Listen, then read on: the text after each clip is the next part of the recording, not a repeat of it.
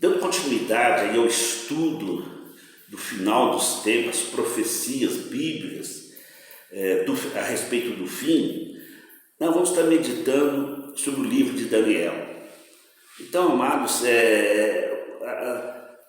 o ensinamento sobre o fim está em toda a Bíblia, mas, como eu disse, alguns textos eles trazem um conteúdo mais esclarecedor. Então, nós vimos Mateus e Daniel também, ele traz muitas revelações.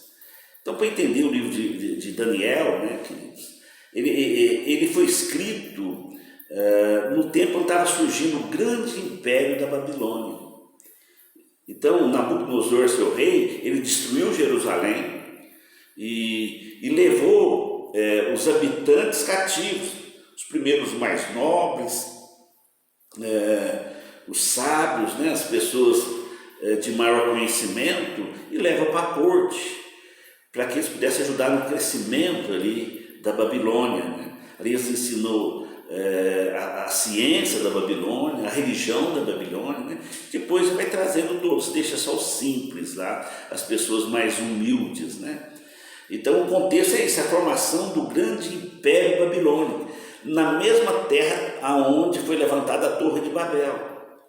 A mesma terra onde foi levantado Nimrod, a mesma terra aonde Bel, né, o deus Bel era adorado, a rainha dos céus era adorada, e Tamuz também, né? Então, só para falar de alguns deuses que trouxeram influências a toda a terra, várias outras gerações, até hoje as pessoas estudam ali os deuses sumérios, né? As práticas de feitiçaria, do misticismo, do ocultismo, né? Ali é a fonte, né? Da prostituição de deuses, substituindo um Deus verdadeiro por deuses falsos, né? Então ali é o centro dessa religião contrária aos ensinamentos de Deus, tudo surgiu ali, e a Babilônia foi o esplendor de tudo isto, né? Então, nesse contexto surge Daniel, ele, junto com seus amigos, eles resolvem não se contaminar, eles se santificam ao Deus, né? E ali foi crescendo. E no auge desse império, vai crescendo e vai trazendo admiração para toda a terra, toda a pessoa, né? E muitas coisas surgindo, a ciência se multiplicando, né? A agricultura, as construções, a arquitetura, né? Os grandes jardins suspensos da Babilônia, né? Então foi algo que trouxe muita admiração para toda a terra. E nesse acontecimento, né? Aí o rei Nabucodonosor tem um sonho muito perturbador. Ele ficou tão perturbado, né, queridos, que ele se dispôs a buscar isto.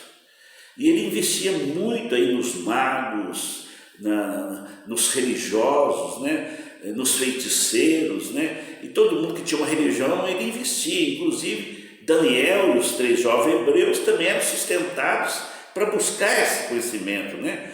Então, ali juntos adquiriam os conhecimentos místicos de toda a terra, além da ciência, né?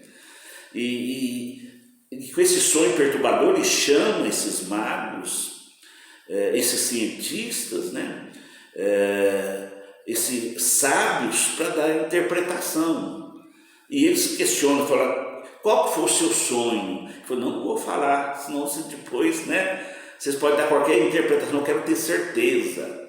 Foi algo que realmente perturbou ele. E ele falou, isso é impossível. E o rei fica furioso, fala, olha, vou dar até o prazo aí, tem um prazo, senão todos vão ser mortos. E eles ficaram preocupados, desesperados, inclusive Daniel era para ser morto. Mas Daniel começa a buscar Deus e Deus trouxe a sua revelação. Ele procura o responsável, né, que cuidava ali dos magos, fala, olha, o meu Deus trouxe a interpretação. E vão ver qual é essa interpretação, qual o sonho que ele primeiro apresenta aí, né, para o responsável e depois para o rei Nabucodonosor. No verso 31, ele nos fala a respeito, ele fala, tu, ó rei, estava vendo, e eis aqui uma grande estátua, essa estátua que era grande, e cujo esplendor era excelente, estava em pé diante de ti, e a sua vista era terrível. A cabeça daquela estátua era de ouro fino, o seu peito e os seus braços de prata, o seu ventre e as suas coxas de cobre, as pernas de ferro, os seus pés em parte de ferro e parte de barro. Está vendo isso quando uma pedra foi cortada sem mão, a qual feriu a estátua nos pés de ferro e de barro, e os esmiuçou. Então foi juntamente esmiuçado o ferro, o barro, o cobre, a prata e o ouro, os quais se fizeram como pragana da azeira no estio, e o vento os levou, e não se achou lugar algum para eles. Mas a pedra que feriu a estátua se fez um grande monte e encheu toda a terra. Esse é o sonho, também a interpretação dele, diremos, na presença do rei. Então, amados, aqui fala a respeito dos grandes impérios, dos grandes reis que haveria de dominar toda a terra. Aqui fala de 4, mas se nós examinarmos mesmo, trazendo o livro de Apocalipse e outros, vamos ver que são 6 reinos, grandes reinos que a terra vai experimentar.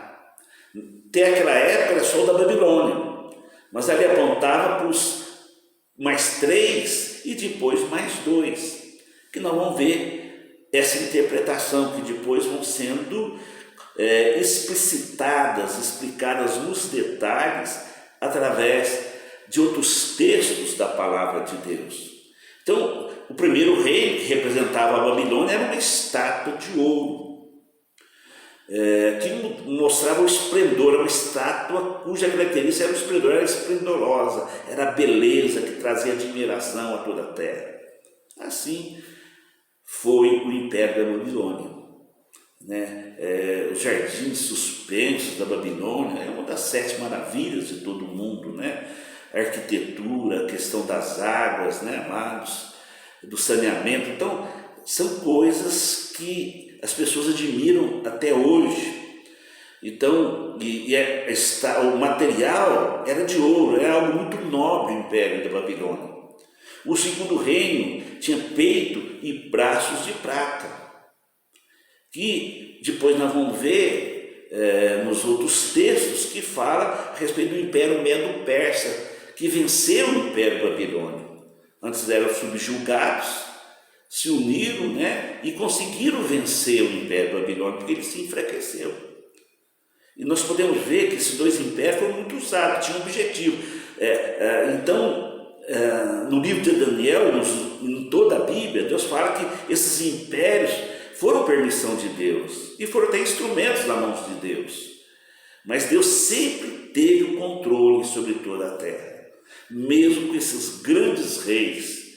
Tanto mostra que a Babilônia, ela foi juízo para a terra de Israel e trouxe Israel, Judá, para a Babilônia. E Daniel prevaleceu, Daniel cresceu na corte da Babilônia.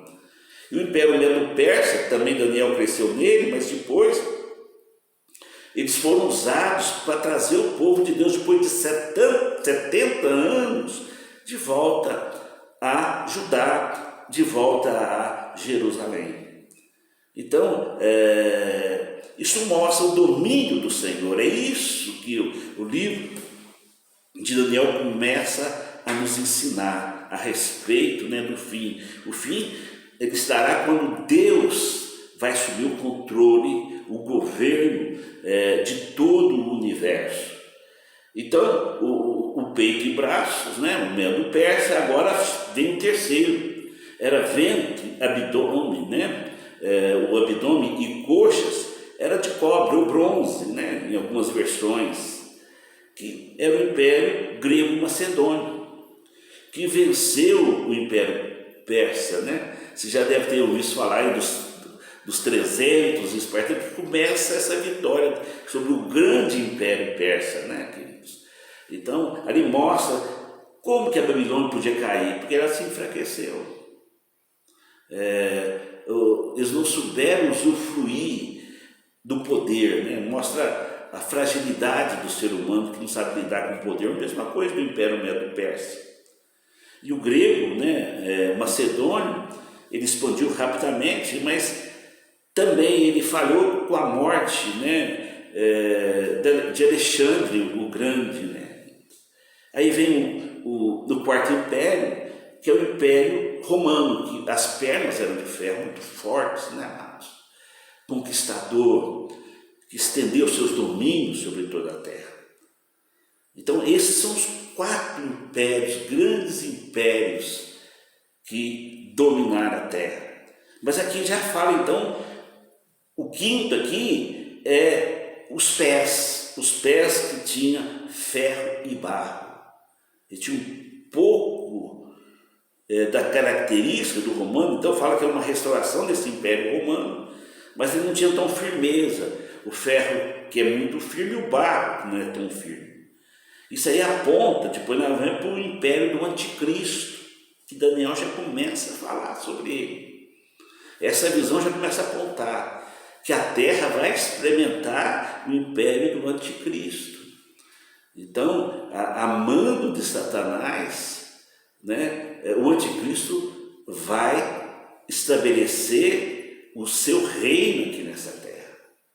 Mas ali fala que no final vem uma pedra, né, e ela é atirada sobre os pés, sobre o império do anticristo, e desmoronou tudo, toda a estrutura, né, de governo que a terra experimentou é caindo por terra. Porque toda essa estrutura, ela tem uma religiosidade, ela tem espírito, ela tem demônios que estão por trás. Então ela começa na Babilônia, vai se estabelecendo até chegar o próprio anticristo, né?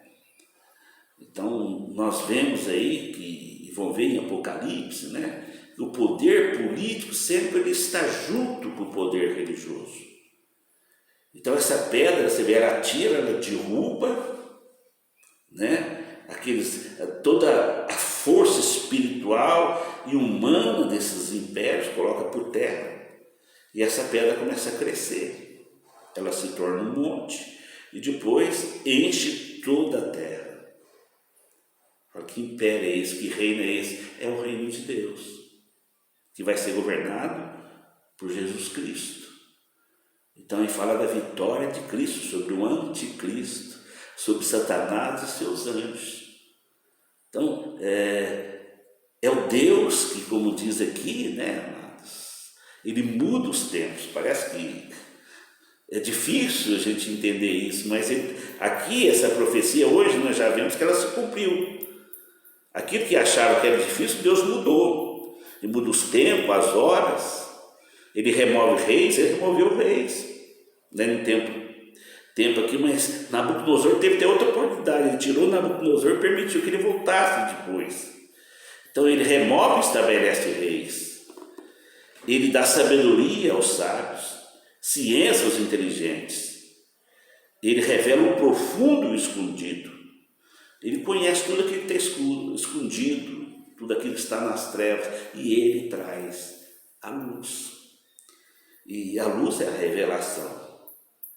E é isso que nós vamos estar trazendo pela palavra de Deus. A palavra de Deus é lâmpada, é luz para os nossos pés, para o nosso caminhar. Então nós vamos estar continuando aí na próxima semana, estudando mais a respeito desses impérios, né? E a respeito, né, dos governos que estão sobre a terra, né? E a respeito do governo de Deus, que vai ser plenamente estabelecido e conhecido no final dos tempos. Ok? Então, nós te aguardamos aí no próximo vídeo.